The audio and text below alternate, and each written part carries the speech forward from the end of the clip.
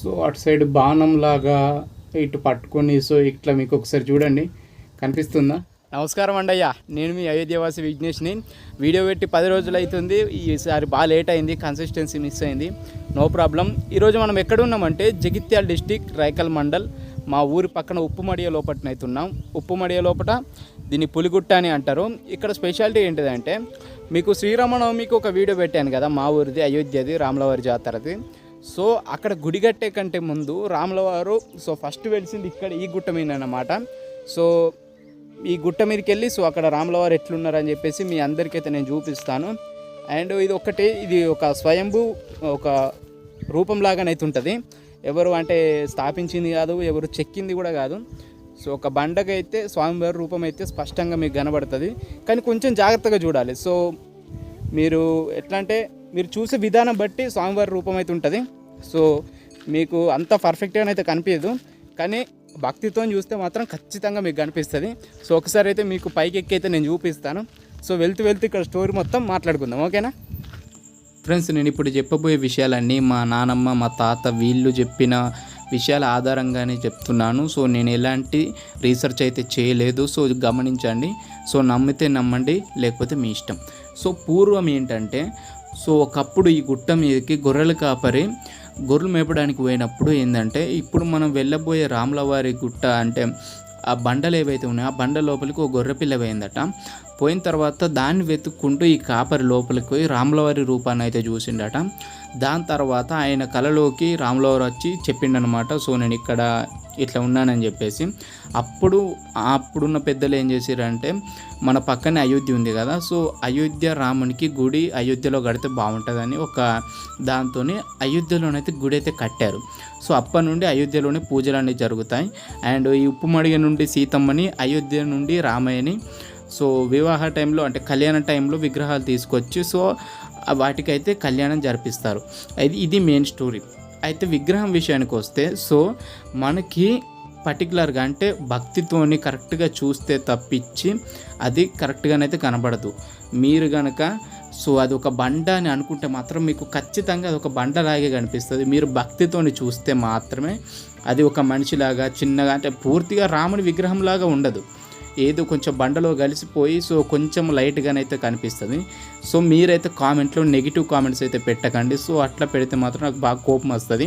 So ఇది మా ఊరి ప్రజలు ఇలా నమ్ముతున్నారు, ఇది స్టోరీ అనమాట. ఇలా నమ్ముతున్నారని తీస్తున్నాను, దీని మీద ఎలాంటి వివరణ జరగలేదు. అండ్ ఇంకోటి, అందులోకి ఒక చెయ్యి కూడా కష్టంగా వెళ్తుంది. సో అందులోకి రీసెర్చ్ చేయడం కష్టం, సో తెలుసుకోవడం కూడా కష్టం. కాబట్టి సో వీడియోనైతే ఓన్లీ ఒక నాలెడ్జ్ పర్పస్గానే తీసుకోండి. సో దేవుణ్ణి మాత్రం ప్లీజ్ జడ్జ్ చేయకండి. ఇక మనం లోపలికి వెళ్ళి రైట్ సైడ్ చూస్తే మాత్రం మీకు కనిపిస్తుంది. నేను లైట్ కూడా తీసుకొచ్చిన, లైట్ బట్టి చూద్దాం కనబడుతుందో లేదో అని. ఓకే, మనం లోపలికి అయితే పోదాం, పోయి చూద్దాం. జాగ్రత్త దిగాలి. జై శ్రీరామ్.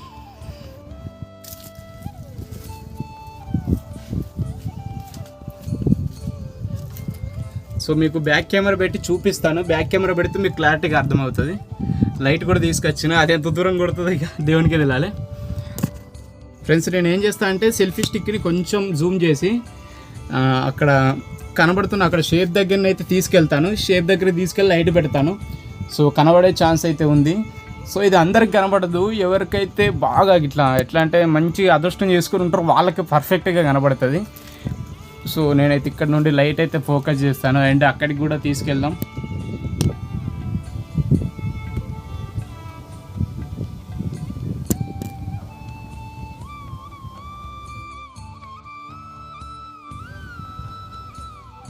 సో ఇది రాములవారి రూపం అని అనుకుంటున్నాను.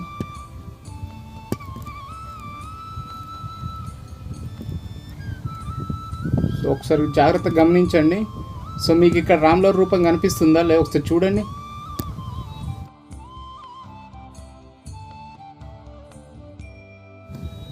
సో అటు సైడ్ బాణం లాగా ఇటు పట్టుకొని సో ఇట్లా మీకు ఒకసారి చూడండి, కనిపిస్తుందా?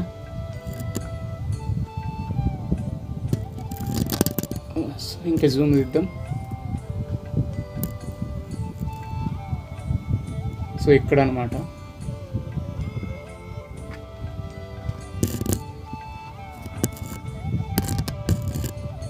అండ్ ఇంకోటి కూడా ఉంది, ఇక్కడ మీకు సూర్యరశ్మి ఎక్కడైతే కనబడుతుందో అక్కడి నుండి కిందికి చూస్తే సో సూర్యరశ్మి నుండి ఇక్కడ ఈ చివరి బండ దాకానైతే రామయ్య రూపంలాగా ఉందని అయితే ఇంకొంతమంది అయితే చెప్పారు, అంటే లైక్ వీడియో తీసి వచ్చిన తర్వాత చూసిన వాళ్ళైతే.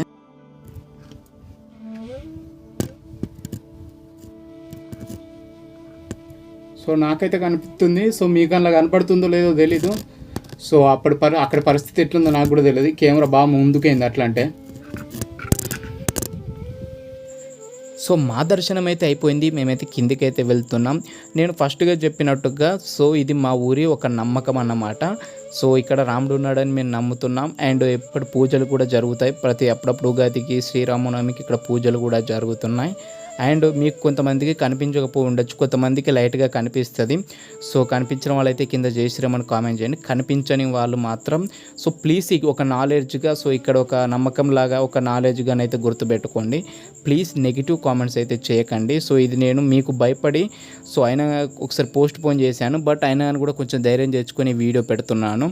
అండ్ మీకు ఒక విషయం చెప్పాలి, స్వయంభూగా ఏర్పడిన ఏ రూపం కానీ అంత మనం మానవ నిర్మితమైన ఒక శిల్పం లాగానైతే ఎప్పటికైతే ఉండదు, దాన్ని మనం చూసే దృష్టి బట్టే ఏదైనా ఉంటుంది. సో రాముల్లా చూస్తే రాముల్లాగానైతే ఉంటుంది, totally depends on you. So మీరు నమ్మితే దేవుళ్ళగా కనబడుతుంది, నమ్మకపోతే రాయిలా కనబడుతుంది, అంతేగాని సో మీరు కనుక సో నెగిటివ్ కామెంట్స్ చేస్తే మాత్రం నేను చాలా హర్ట్ అవుతాను. అండ్ మీరు కూడా సో ఒకరి నమ్మకాన్ని మాత్రం కించపరుస్తూ మాత్రం ఏమీ మాట్లాడకండి, ఓకేనా. సో ఇది మా నమ్మకం. సో వీడియో నచ్చినట్టయితే సో లైక్ చేయండి. సో అయితే నెక్స్ట్ వీడియోలో కలుద్దాం గాయ్స్.